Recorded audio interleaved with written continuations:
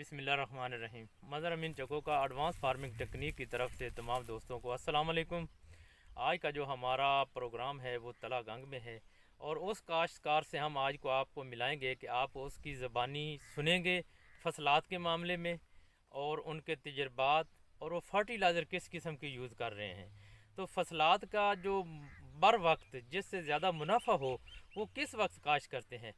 आज बात होगी हमारी धनिया पर, लेकिन उससे पहले मैं मलक साहब का तारफ़ उनकी ज़बानी सुनता हूँ। अस्सलाम वालेकुम जी। वालेकुम अस्सलाम जी मदर भाई। जी मलक साहब अपना मुकम्मल तारफ़ करा दें। जी मेरा नाम मोहम्मद नवाज़ है। तलगंग तहसील तलगंग है, डिस्ट्रिक्ट चकवाल है और जहाँ पे हम खड़े हैं ये जसियाल गाँव है। जी सियाल गाँव से। तो मलक साहब ने अपना मुकम्मल तारफ़ करा दिया। बाकी इंशाल्लाह हम पहले ही वीडियो की तरफ आते हैं कि उन्होंने जो कुछ काश्त किया है, बाकी एक एक उनकी हर फसल की वीडियो बनाएंगे। लेकिन सबसे पहले हम आते हैं धनिया की तरफ। ये धनिया जो आम काश्तकार हम इसको कोई अहमियत नहीं देते कि इसका कोई फ़ायदा नहीं है, तो आज इनकी ज़बानी सुनेंगे कि ये किस वक्त काश्त करना है और इसको फर्टिलाइजर प्लान क्या है और किस वक्त ये मार्केट में हो तो इसका सबसे ज़्यादा मुनाफा होता है, कितने पर एकड़ कितने लाखों में चला जाता है।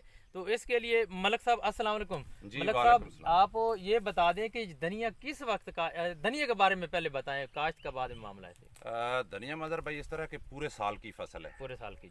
ये सारा साल इस्तेमाल होता है, इसकी सारा साल डिमांड होती है, इसलिए सारा साल ये काश्त होता है। फसल की जो उसकी अपनी क्रॉप की रिक्वायरमेंट है उसके हिसाब से तो ये 15 अक्टूबर से इसकी काश्त शुरू होती है। 15 अक्टूबर से होती है। ये सर्दियों की फसल जी है। सर्दियों की फसल है। लेकिन चूँकि इसकी डिमांड होती है सारा साल तो फिर ऑफ सीज़न भी हम काश्त करते हैं। तो जो मलक साहब आप कहते हैं ये 15 अक्टूबर की काश्त सर्दियों की है, तो आप आज डेट है 7 जून 2021। तो हम आपकी फसल ये देखिए, ये धनिया काश्त हुआ है ऐसी। तो इस धनिया को आपने कब काश्त किया और किस मकसद के लिए किया और कितना प्रॉफिटेबल है ऐसी? ये हमने ईद उल अज़हा को टारगेट रख के किया है जी। 20 मई को हमने इसको काश्त की है।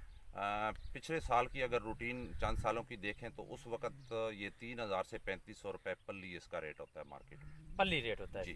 नहीं, पहले 5 से 7 आप किलो सबसे पल्ली। पहले आप ये बताएं कि ये किन किन इलाकों में हो सकता है, किसके लिए किस किस्म की ज़मीन हो और इसमें बीज कितना डालना है और इसको काश्त करने का तरीका फ्लैट ज़मीन पर लगाना है या आप खेलियों पर लगा सकते हैं। मुख्तलिफ इलाकों के हिसाब से आप बता दें।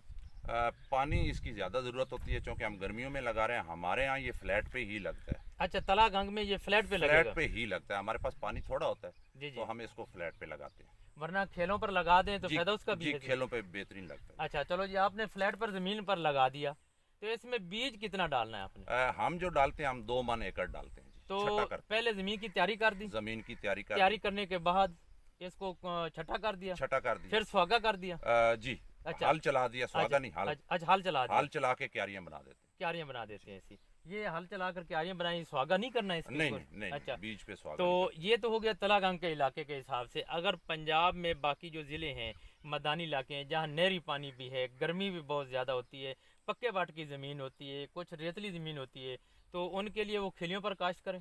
ये होता ही पक्की जमीन में है। रेत की निस्बत कम होगी, मिट्टी ज्यादा होगी, उसी जमीन में ये होगा। उसी ज़मीन रेत में वाली जमीन में नहीं होगा, गर्मियों वाला नहीं होगा। नहीं होगा।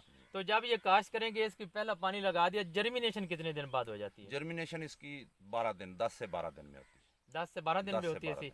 10 से 12 दिन में जर्मिनेशन होती है। ये आपके इलाके में। जी। अगर हमारा इलाका जो गर्म है, बहावल नगर है, बहावलपुर है, वियाड़ी है, आरफ वाला है, पाक पतन, इस एरिया में, तो वहाँ पर जो खेलियों पर हम काश्त करते हैं तो मेरा ख्याल है फ्लैट ज़मीन से खेलियों पर जल्दी जर्मिनेशन हो जाएगी। जी 2 से 3 दिन जो खेलियों में है वो इसकी जल्दी जर्मिनेशन। तो इसका बीज जो है, सी बीज आपने आपने ये बीज कौन सी किस कंपनी का लगाया? ये आम बीज है। धनिया जो क्रॉप होती है, फसल होती है, बोरी वाला धनिया। जो बोरी वाला बोरी धनिया। वाला धनिया। जो कंपनियां वाले एक एक एकड़ का, एक एक किलो का पैक लेकर आते हैं तो उसकी कीमत भी बहुत ज़्यादा होती है। तो आपने कहते हैं ये 6,000 रुपये का एक मन मिला है? 8600। 8,600 रुपये का एक मन मिला है इसी। अगर हम ये चोपा लगाएं तो कितना बीज लगेगा? उसमें तो 8 से 10 किलो बहुत है। 8 से 10 किलो बहुत जी, है। बहुत। जो कंपनियां लेकर बीज मार्केट में आई हुई हैं, तो 1 kg का उनकी पैकिंग होती है, तो क्या वो 8-7 किलो ले लें उनसे? मेरा ख्याल आप सादा ही लें, बेहतर है। सादा बेहतर है। लें। ये हाइब्रिड तो होता नहीं है। अच्छा, तो इसको खाद क्या आपके पास, आपने पानी भी लगाया हुआ है, पानी बहुत कम है, खाद का क्या ऐसा रूटीन है? खाद मैं तो नैनो इस्तेमाल कर रहा हूँ जी। नैनो कर रहे कई हो साल सही? से सिर्फ नैनो, कोई और अच्छा, फर्टिलाइजर तो आप नैनो कर लें। अगर बाकी जिनके पास नैनो नहीं है या नैनो का उनको नहीं पता है, तो नैनो, ये मलक साहब कहते हैं मैंने नैनो खाद इस्तेमाल करता हूँ। जो नैनो से मुराद ये है कि जो एक थैला होता है, एक थैला डीएपी का, उसको मेरा ख्याल है आप 10 ml 100 ml में इस्तेमाल करते हैं, सिर्फ नैनो में कन्वर्ट करके। 500 ml की पैकिंग है जी, 500 ml, अच्छा 500 ml की 500 पैकिंग है। जी। तो आप वो क्या एक करते हैं ऐसी? मैं 250 ml तो क्या नैनो में स्प्रे करता हूँ। डीएपी, यूरिया, कॉपर और मैग्नीशियम ये सब चीज़ें होती हैं? जी, उसमें तमाम एलिमेंट जो भी 16 एलिमेंट चाहिए प्लांट को, वो सारे के सारे होते हैं। तो अच्छा, किसी और चीज़ की ज़रूरत नहीं, अगर कभी पड़े तो कर भी लेते हैं, कोई पाबंदी जी। नहीं है, तो लेकिन नहीं ये था, पड़ती। ये था, आप तो नैनो कर रहे हैं। अगर हमारे इलाके में जो बाकी दोस्त हैं वो करना चाहें तो वो क्या डीएपी या कोई दूसरी खादों को नीचे इसके फ्लड कर दें या इसको ज़मीन में मिला दें? जी, जो गर्मियों में लगाना है तो उसको हमने कोशिश करनी है कि यूरिया हमने इस्तेमाल नहीं करना है। यूरिया में नहीं करना, नहीं गर्मियों में लगाना है तो यूरिया यूरिया नहीं करना है। बिजाई से पहले जब ज़मीन तैयार करें हम्म, और उसके बाद जब फसल आपकी 1 महीने की हो जाए, उससे पहले आपने खाद नहीं डालनी। अच्छा, तो ये फसल दिखाना एक दफ़ा इसको, ये लगी हुई है, ये है 20 मई की काश्त है। 20 मई की काश्त है। मलक साहब कह रहे थे ये 20 मई की काश्त है और इन्होंने ईद उल अज़हा जब आएगी तो उस वक्त इसकी पहली कटाई होगी जी। जी, ये 55 से 60 दिन में इसकी पहली कटाई तैयार होगी। 55 से 60 दिन में, जी। 50 से तकरीबन 60 दिन के अंदर अंदर जी। पहली कटाई हो जाएगी। पहली कटाई बिजाई से लेके। अच्छा, यो कटाई से मुराद को 1 फुट की हो जाए या फुट से कम हो या फुट से ज़्यादा हो, ये कटाई किस वक्त आप करते हैं, इसके क्या होता है? मार्केट को देख के किया जाता है। 55 दिन पे आप इसकी कटाई कर सकते हैं। उस वक्त 9 इंच के करीब क्रॉप होती है। अच्छा, 9 इंच के करीब खराब होती है, ठीक है जी। उसके बाद 2-4 दिन आपने डिले करना है, मार्केट के हवाले से कर लें। 55 से 60 दिन में इसकी पहली कटाई हो जाती है। ठीक है जी। और उसके अलावा जब ये आप इसको क्या किस तरीके से इसको मार्केटिंग करते हैं, इसकी गुठियाँ बनाते हैं या इसको कोई पल्ली के जरिए से, ये किस हिसाब से होता है? जी, इसकी गुठियाँ बनती हैं, रबड़ ऊपर चढ़ती है अच्छा, रबड़ तो और फिर पलियाँ बनती हैं। तो वो गुठी कितनी होती है ऐसी? वो बस अंदाजे से हाथ से देख के आधे किलो की हो पाव, जाए? आप पाव बमुश्किल पाव पाव अच्छा, के लगभग। 250 ग्राम, 300 ग्राम, 400 जी, ग्राम के इतना। करीब करीब होती है ऐसी। अच्छा, तो आप आते हैं इसके मुनाफे की तरफ।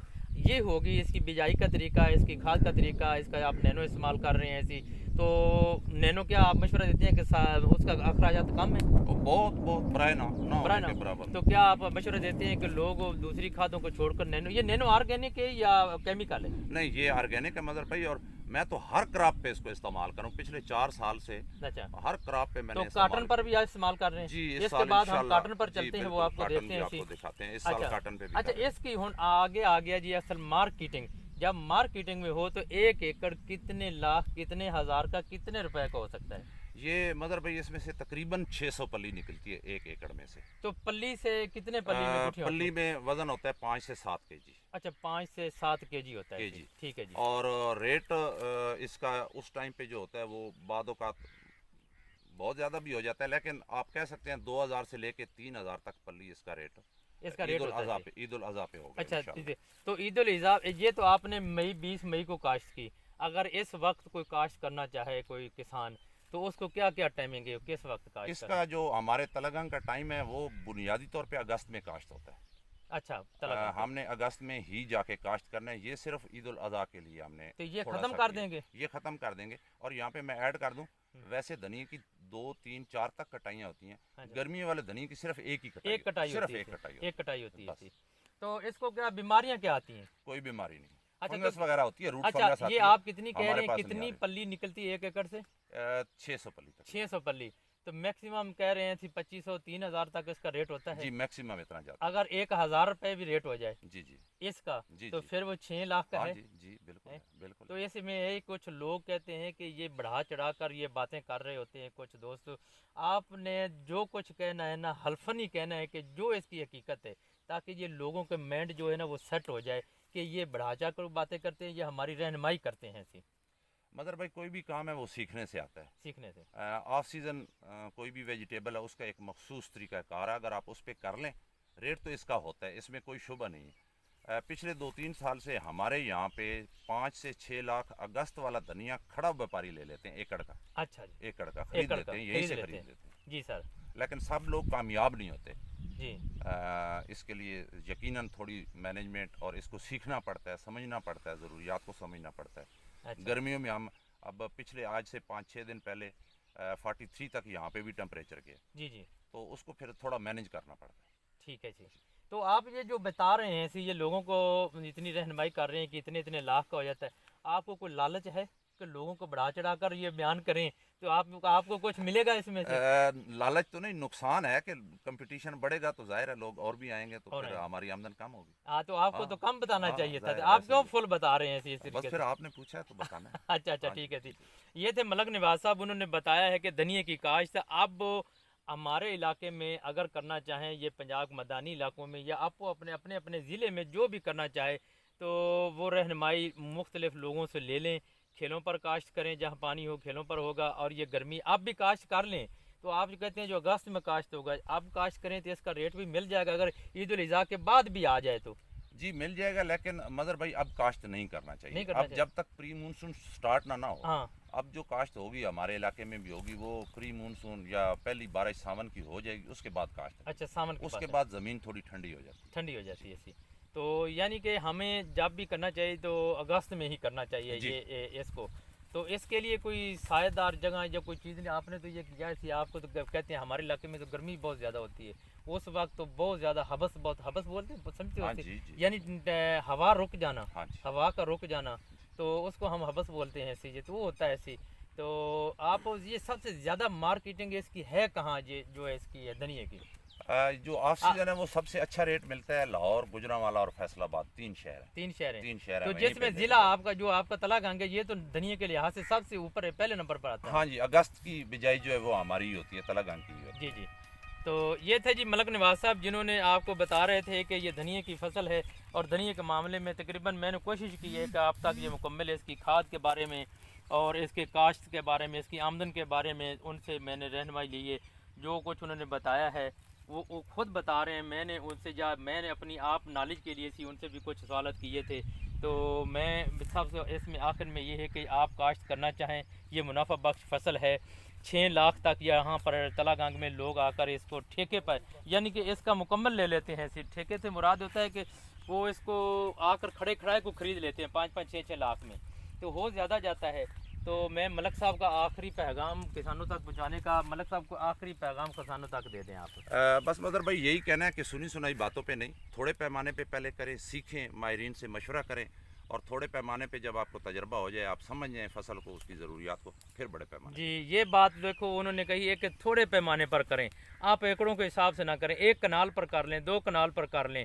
अगर जिन भाइयों को तजर्बा है तो वो ज़्यादा कर लें, इसको पहले सीख लें, 1 साल अगले साल चाहे आपकी मर्ज़ी होगी, चाहे कितने मुरब्बे इसके काश्त करें। तो मलक साहब आपका बहुत बहुत शुक्रिया, आपने बहुत बड़ी मालूमात दी। तो इतनी मालूमात तो अक्सर देते ही नहीं हैं ऐसी, जो कहते हैं आपने एक बात यहाँ कही है कि अगर हम ज़्यादा मालूमात दे, कंपटीशन होगा, ज़्यादा लोग मार्केट में आएंगे तो इसका रेट गिर जाएगा, लेकिन आपने खुले दिल से बता दिया है कि इसकी कितनी आमदनी होती है। वस्सलाम, दुआओं में याद रखना जी।